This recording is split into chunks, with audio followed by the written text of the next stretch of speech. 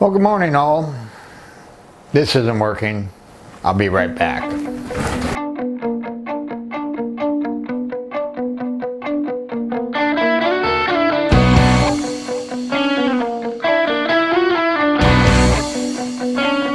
Well, that's a little better, but I'm not used to shooting in the dark here. Normally there's a big window right there that lets a lot of natural light in, but it's still dark.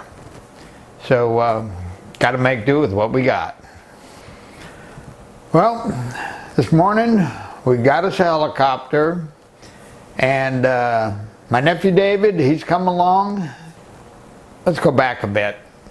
Friend of mine, miner, this is early 70s, 71, 72, took me back into this creek, and he had worked it in the 60s, and he showed me, he'd pulled out some real nice gold out of this creek, but he couldn't go any further. He was dredging, but he couldn't go any further because there was a fall there. Not a real high fall, probably 15 feet. And the current in the whitewater prevented him from being able to move forward any, and plus there was some fairly substantial boulders in his way. Well, back when we had the flood of 97, the falls was drastically changed. It knocked the top off the falls and knocked the top of the falls back probably 20, 30 feet. So they're no longer falls, now they're just steep rapids. And earlier this year I was in there and I noticed that the boulders in the bottom of the hole were gone. So our plan this morning is the river's not going to get any lower than it is right now. So the plan this morning is to head in there, and the water's, I don't know, probably 8-10 feet deep right there. But there's several nice crevices across the bottom of these falls. Now, whether or not they're packed crevices, we don't know. We won't know till we get in there. But the area is real nice, the location of the crevices is real nice, and the fact that I know nobody has worked these things since at least, the 50s, there's a good possibility there could be some nice gold in there. Now, for those of you who are not familiar with a hookah, a hookah system is basically just a compressor on the surface that pumps air down to you. You use a regular, scuba regulator, and basically the difference between a hookah pump and the one that you fill your tires with is a hookah pump is an oilless system because you're breathing the air coming through it. You do not want to use anything that produces any oil, because if those oil vapors get in your lungs, they can cause you some real bad problems. Now, as far as using a hookah, it's they're pretty simple, pretty safe. Now, I strongly suggest that anybody that wants to start hookah diving, take a scuba course. I've been scuba diving since the 60s. You don't need a scuba, you don't need a diver's course or anything to use hookah, but the fact that if you do take the course, if you have a dive shop around, it opens up a whole new world for you. It actually makes it a lot safer because you know how to handle things if the air quits and all that kind of stuff. Well, what's going to make this trip really exciting is we got no idea if we're going to be able to set down in there. We may be able to find a nice LZ where we can set the helicopter down and pack everything out. We may only be able to put a skid on a rock and unload that way while he hovers, or we may have to pack everything a long ways. So that's part of the adventure, is not really knowing what you got coming. Well, finally got light enough to get out here and load the truck up, and I'm not too sure about this. It's a little on the chilly side this morning. It's a good thing we're taking a helicopter, because I got a lot of stuff here. You know, I got the compressor, surge tank, couple hundred feet of hose here, wetsuit, my backpack, and of course camera gear.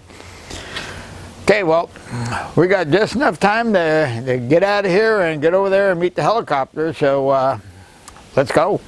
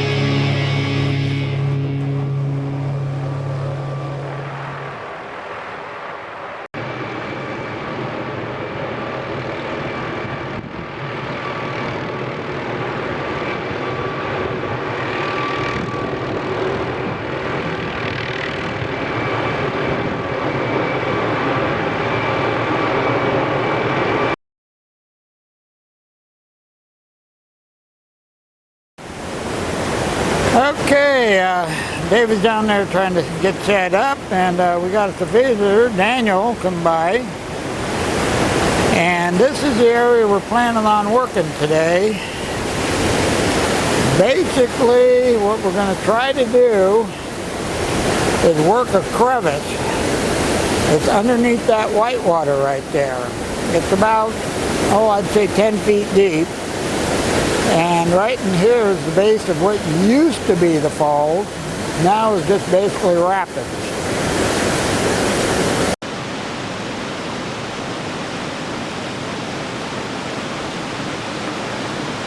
We're just gonna have it up here for those.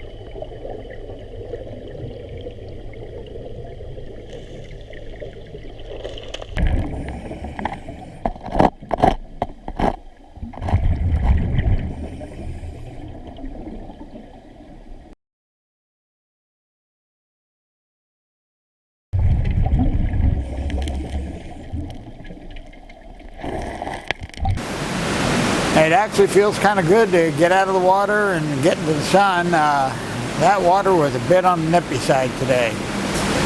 We did find some gold down there, not as much as we were hoping for, but hey, when do you find as much as you were hoping for? We did find out one thing: the bottom of the hole here is way too soft. The bedrock wasn't solid enough to hold the gravel. There wasn't the gravel that was down there wasn't packed real well, and it came out real easy because when you pried on it, the bedrock just gave away. So when you have bedrock that's that soft, it doesn't give time for the gold to accumulate because it washes out every year or two. So you don't know till you look. So we're going to head downstream. We're packing everything up here, getting ready for the helicopter.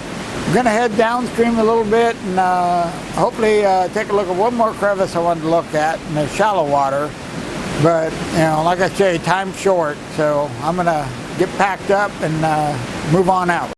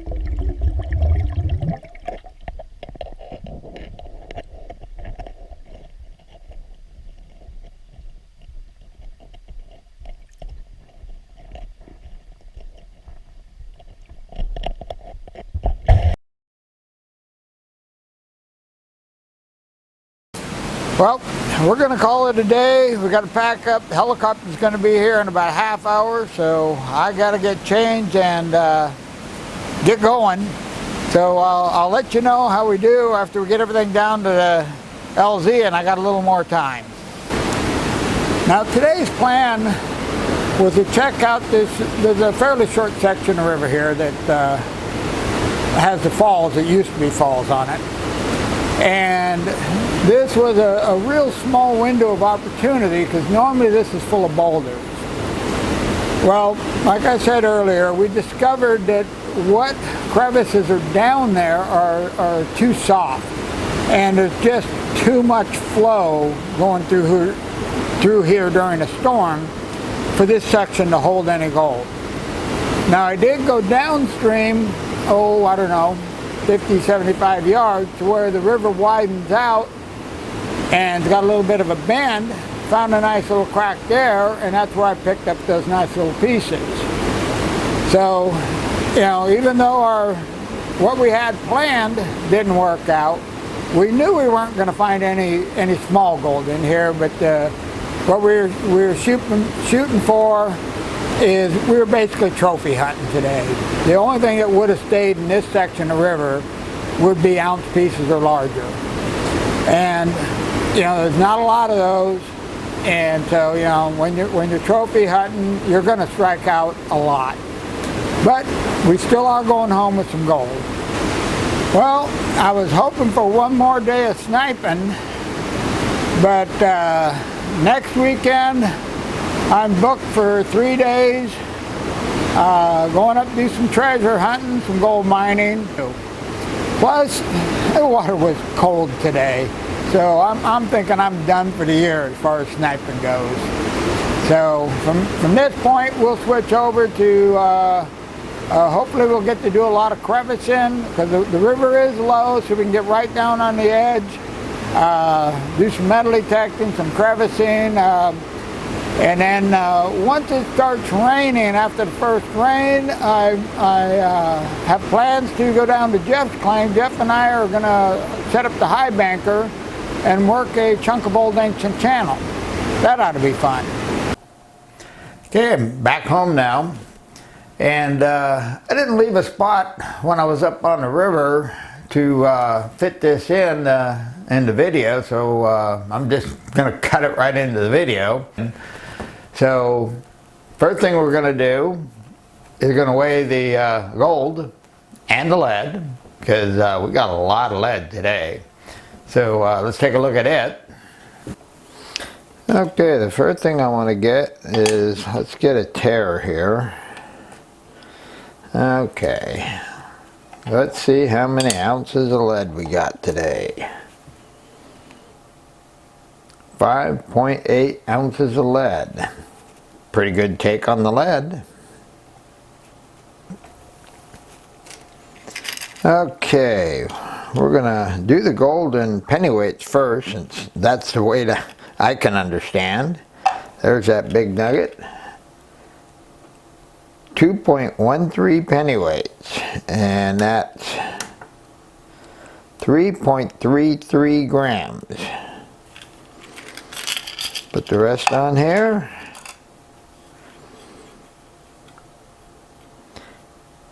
$7.79 grams.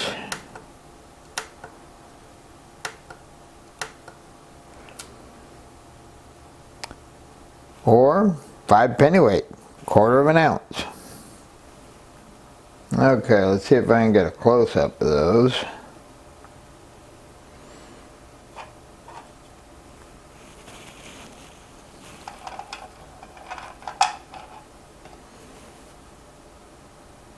I'd say some pretty nice gold.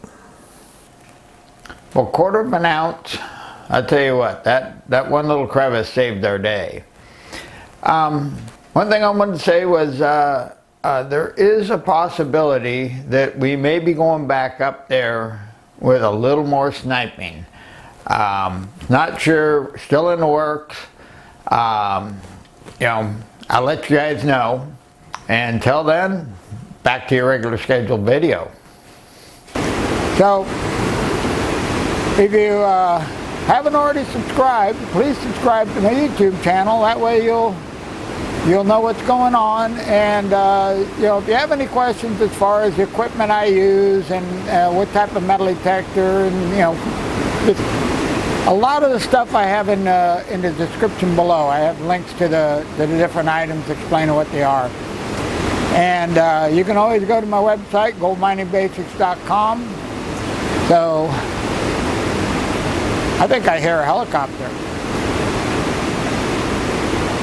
Nope, it was an airplane. All right, well, you have a wonderful day.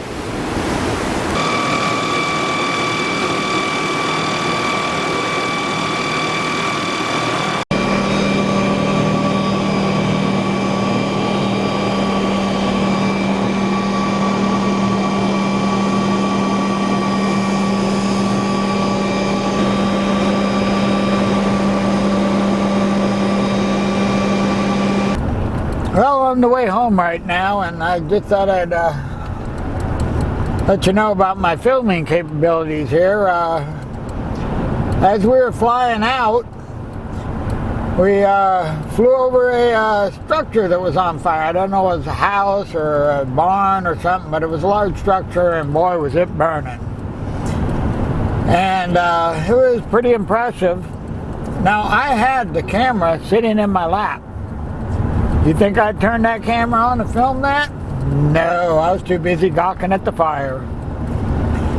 Sometimes I wonder.